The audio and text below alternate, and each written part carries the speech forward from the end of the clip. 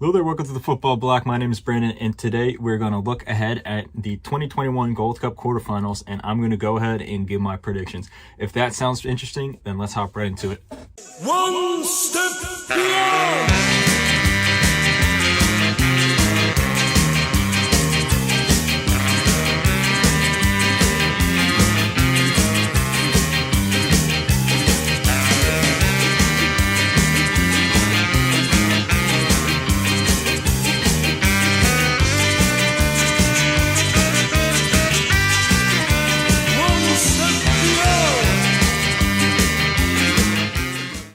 Alright, so the Gold Cup group stage has concluded, and now we have our 8 quarterfinalists in 4 high-profile matchups, which should be very interesting. Each and every one of them looks to be a good matchup, and I'm very excited for each of these games. So far, the Gold Cup has been a pretty good tournament so far. The Gold Cup isn't the most popular tournament, especially in the summer when you have the Euros and the Copa America.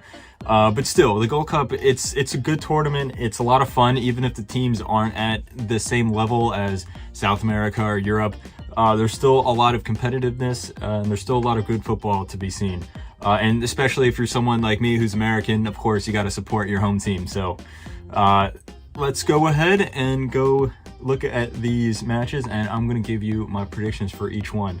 So we start off here with Qatar versus El Salvador. Now, if you're wondering why Qatar is in the 2021 Gold Cup, even though it's only supposed to be North American countries and Qatar is, from Asia, that is because Qatar, they're the host of the next World Cup, and they won't have a qualifying round. So to prepare for the World Cup, the Qatari FA has made deals with several other federations around the world. They played in the 2019 Copa America. They played in this tournament. They had a series of friendlies against European nations at the same time as European World Cup qualification. And they're going to participate and host the new FIFA Arab Cup at the end of this year. So it's a lot of basically preparation for their World Cup, as they will make their World Cup debut as the host. But anyway, they have a matchup against El Salvador here. And both these teams, it's a shame that we're seeing this in the quarterfinals and not later on in the tournament, because both of these teams are the dark horse teams so far. Both Qatar and El Salvador have surprised a lot of people. Now, Qatar, if you pay attention to Asian football, Qatar are, in my opinion, probably the best team in Asia right now. They're the champions of Asia. They won the Asian Cup in 2019. They absolutely dominated the entire tournament. They're a very good team, even though they got eliminated in the Copa America group stage 2 years ago. They still had a good showing for a team who's, never played against opposition like that before. And here so far, they had a few hiccups here and there, but they've been a great team so far. But El Salvador, on the other hand, they're a team who, they've been one of the, I would say, bigger teams in CONCACAF in North America, but still, no one really was expecting much of them, and they finished second in the group behind Mexico. They played really well. Mexico ended up beating them, but it was still a very close game. They've done really well throughout the tournament. They've blown out a few teams, and then just like Qatar, who have scored a ton of goals in this tournament, and in fact topped their group. So here in this match, I feel like both teams have a chance to eliminate each other and move on to the semifinals. But I think Qatar is actually going to overcome El Salvador. I think it's going to be a 3-2 scoreline. And I say that because as good as Qatar are going forward, they do tend to give up a few goals here and there. For example, they conceded 3 goals to Panama. Now, that was in the opening game of the tournament. It was, their first ever game in a Gold Cup. And Panama, while are nowhere near as good as they were in years past, there's still no pushover. So, it's understandable, but still, they do concede a lot of chances because they like to play this possession-based style of football. They really like to push up. They play a high line, so there are opportunities to exploit that. And El Salvador are a high goal-scoring team as well. They like to score a lot of goals, so I think this match is going to be very entertaining. I think both teams are going to go toe-to-toe. But when you just look at their style, I think Qatar just play that expansive style a little better. I think some of their players are just more well drilled. This team is a really strong collective. They've been playing together for years upon years at this point. So I think that they will overcome El Salvador, but it will be a close game. It will be lots of goals. Very exciting. but ultimately Qatar will come out on top. So anyway, on that same day, later on in that night, we have the next quarterfinal, Mexico versus Honduras. And, you know, Mexico, simply put, are the best team in North America right now. Now, that might not be the case come a few years, you know, with new young players coming through the U.S. squad, but as of right now, Mexico has been the best team, and they have been the best team for a while at this point. So they come into this Gold Cup with that swagger, with that reputation, which they are 100% aware of. They brought their A team as well, and Honduras, as good as they have been, they have some, you know, very exploitable weaknesses. They also lost their best player, Kyoto, to injury, and it's not looking like he's going to be back for this Mexico game. So Mexico in their group stage, they tied their first match against Trinidad, but they still ended up top in the group. They haven't been blowing teams away, but they still have been, you know, a very intelligent, very effective team. They dominate every game they play. So, and they just, you know, Tata Martino, great manager. They have a lot of really experienced players who play in Liga MX and other leagues across the world. And Honduras, you know, good team, but I don't think that they will have enough to overcome Mexico. So I don't think Mexico will destroy them. I don't think it's going to be a blowout or anything like that, but I think it will be a pretty convincing win. I'm going to say 1-0 Mexico. I think Mexico is going to score first, probably in the first half, and then just close up shop from there on. Not really wanting to exert themselves, as they will be saving their energy for more tougher opponents as the tournament goes on. Not to say that Honduras are a pushover, as they are definitely not. But Mexico will be looking forward to playing a team like the U.S., for example, and wanting to save all their energy for a big opponent like that. So, on to the third of the quarterfinal matches, we have Costa Rica versus Canada. And I think this match will be particularly interesting because there are two teams with contrasting styles, and there are also two teams who are at different ends of a generation. And now you look at Canada, they have the potential to be one of the best teams in CONCACAF, maybe even the best team in CONCACAF in the next few years, because they have a very talented young squad, a lot of young guys who are playing really well, a lot of guys who are even playing in Europe.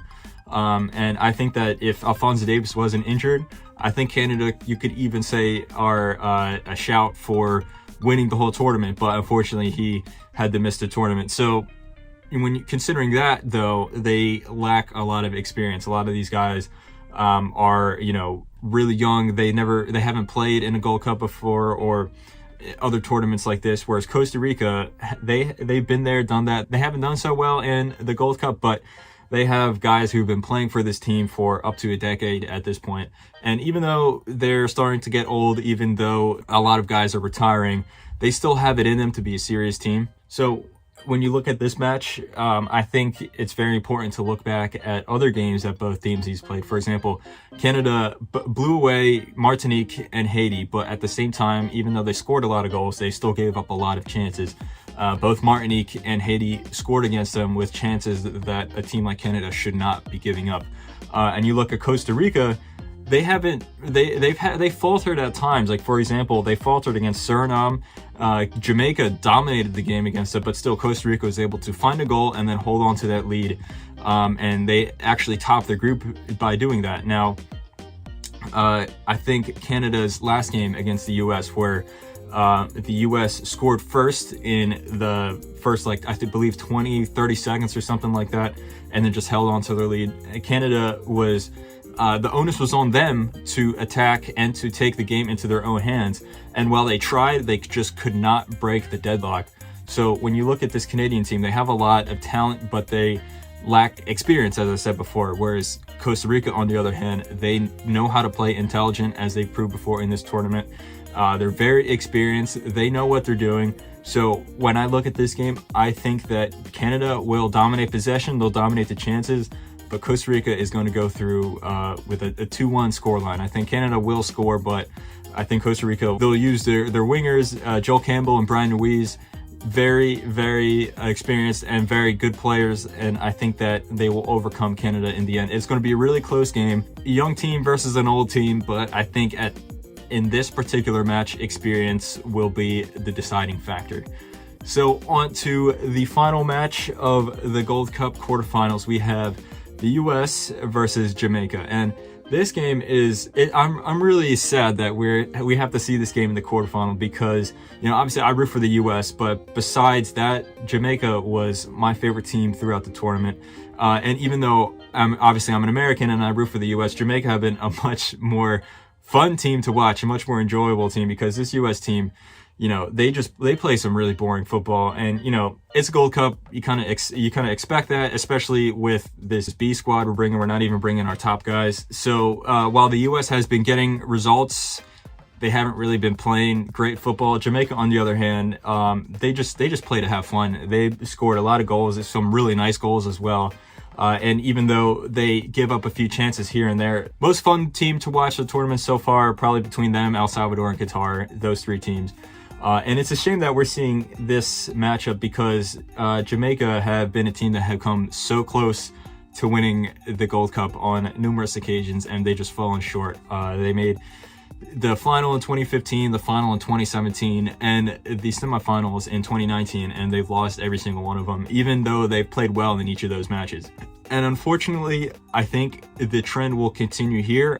As I said before, the U.S. have not been playing well, but they know how to win games. They know how to win Gold Cup games. Greg Berhalter knows his competition. The team, even though a lot of them are young guys, they know how to just close up shop, just grab lead and run away with it. So I think Jamaica are probably going to be chasing this game for a majority of the match. The USA will probably grab another early lead, and then from that point on, Jamaica will do their best to try to score, but ultimately the U.S. will come out as 1-0 winners, in my opinion. I think this is going to be a very tough game to watch. USA is probably going to be put on the backbone for majority of the match. Jamaica is going to have probably the host of the chances as well. But I think that they just, again, similar to the Canada versus Costa Rica game, this Jamaica team has a lot of very exciting young players, but they just lack experience. Not that this U.S. team is, dripping with experience either, but I think that they're just a much more well-rounded team, a much more complete team. This Jamaica team, while going forward, are very fun to watch. They do concede a lot of chances. So ultimately, I think the U.S. is overall a better team, and it's going to be a close, narrow victory, but a victory nonetheless. Meaning that my semifinalist will be Qatar, Mexico, Costa Rica, and the USA. And that is going to be very interesting going forward, especially with Qatar, who, as I said before, are not even from North America, but they've been a very good team so far. Costa Rica, I believe this will be, if they win this game, as I predict they will, this will be the first time they made it to the semifinals in a long time, which is very interesting considering how strong of a team they've had this past decade. And then Mexico, USA, usual suspects, as always. So from there, that has been my predictions for the 2021 Gold Cup quarterfinals. Let me know what your predictions are in the comments below. Thank you very much for watching. My name is Brandon. This has been the Summer Football Fest presented to you by the Football Bloc. Hope you guys have a nice rest of your night. One step beyond.